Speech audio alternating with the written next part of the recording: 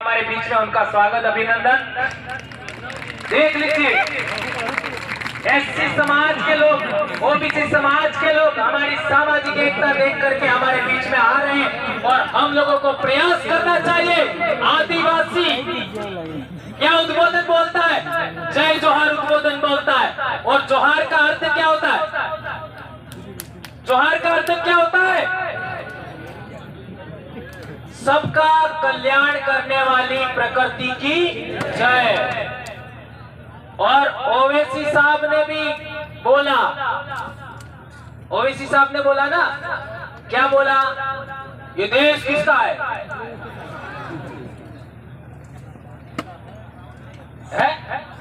आ रहा हूं है ना।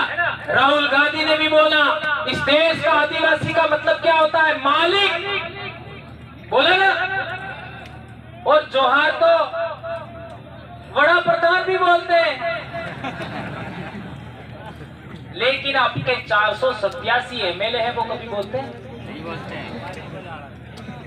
उनके पार्टी के वरिष्ठतम लोग बोल रहे हैं, वरिष्ठतम, लेकिन वो नहीं बोल रहे।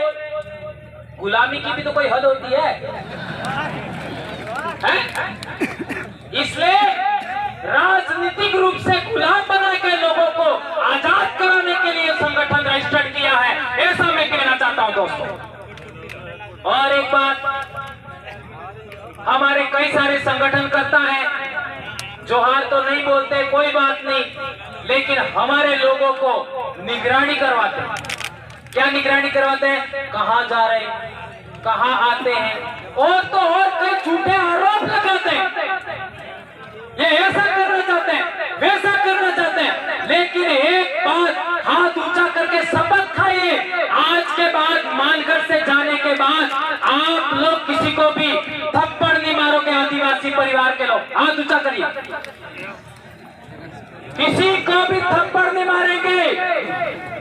लात घुसा तो दूर की बात है, हमारी बोली में ही इतना दम है, हमारी आवाज में इतना दम है, हमारे विचारों में इतना दम है कि हम लोग दूसरे लोगों को ठीक कर सकते हैं, और ये हमें करना होगा।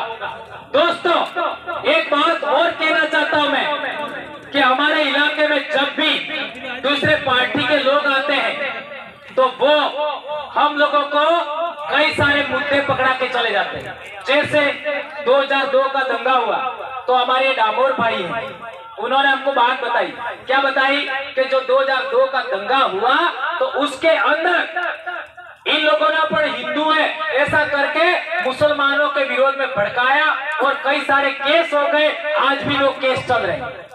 ये घटना नहीं घटती तो आदिवासी परिवार नहीं बनता।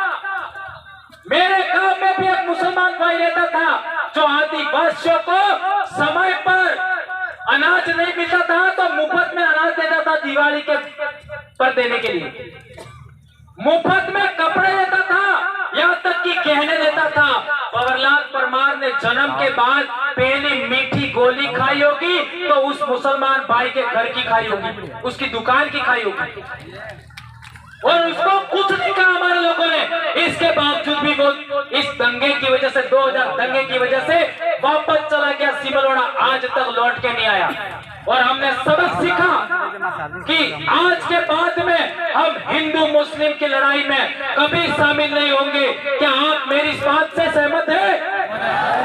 हाथ ऊंचा करिए और शपथ खाइए, आज के बाद हम कभी हिंदू मुसलमान के दंगों में नहीं जाएंगे। और एक बड़ी बात मैं बार बार कहता हूं, यदि आदिवासियों को इस देश का हुक्मरान बनना है, इस देश का शासक वर्ग बनना है, तो आदिवासियों को आदिवासी बनाम आदिवासी की लड़ाई से भी छुटकारा लेना चाहिए। चाहे हमारा भाई हमें कितना भी गाली दे, चाहे हमारा भाई कुछ भी कहे, हमें यदि आदिवासी है तो उसके विरोध में वैर का भाव नहीं रखना है। 2500 साल पहले गौतम बुद्ध पैदा हुए, उन्होंने कहा था वैर से वैर शांत नहीं हो सकता। याद रखो, 2500 साल पहले गौतम बुद्ध ने कहा था, वैर से वैर शांत नहीं होगा, अवैर से वैर शांत होगा। ये बात हमें ध्यान रखनी होगी और हमारे साथ जितने भी भाई आ रहे हैं उनका हमें वेलकम करना चाहिए, चाहे वो एससी के हो, ओबीसी के हो, माइनॉरिटी के हो, सबका हमें वेलकम करना चाहिए। और इस देश को हमें पुनः सोने की चिड़िया बनाना है। हमारी जितनी भी धरती है उस धरती को खनन मुक्त करना है। हमें खनन नहीं करना है, धरती का खनिज संपदा नहीं निकालनी। हमें इस धरती पर पेड़ पौधे लगाएंगे, हम लोग हमारी धरती को पर्यटन से आबाद करेंगे और जितना खनन से पैसा मिलता है उससे ज्यादा हमें ऑर्गेनिक फूड से मिलेगा, ऑर्गेनिक दवाइयों से मिलेगा और पर्यटन से मिलेगा। ये बात हम कहना चाहते हैं। एक और बात, हम लोग झारखंड में देख लीजिए, बहुत सारे आदिवासी लड़के लड़कियां आपका फुटबॉल की खिलाड़ी बन रही है, आपका क्या कहते हैं हॉकी की खिलाड़ी बन रही है। तो मध्य प्रदेश से ओलंपियन विश्व चैंपियन टीमों के खिलाड़ी पैदा होना चाहिए कि नहीं होना चाहिए? यदि होना चाहिए तो आप लोगों को तमाम प्रकार के नशे छोड़ने होंगे, तमाम प्रकार के नशे। ये मैं नहीं कह रहा, संत गोविंद गुरु महाराज ने कहा था कि हमें नशा मुक्त इलाका चाहिए, हमें मध्य प्रदेश आपका दारू विहीन इलाका चाहिए। ये हमारा बहुत बड़ा मुद्दा है और इस मुद्दे को लेकर के हम 18 तारीख को ज्ञापन देने वाले हैं। बहुत सारे मुद्दे, हमारा मध्य प्रदेश का ज्ञापन आज पिछले बार 156 ब्लॉक में 4 राज्यों में दिया था, अब की बार 200 पार ब्लॉक होना चाहिए। क्या आप लोग करोगे?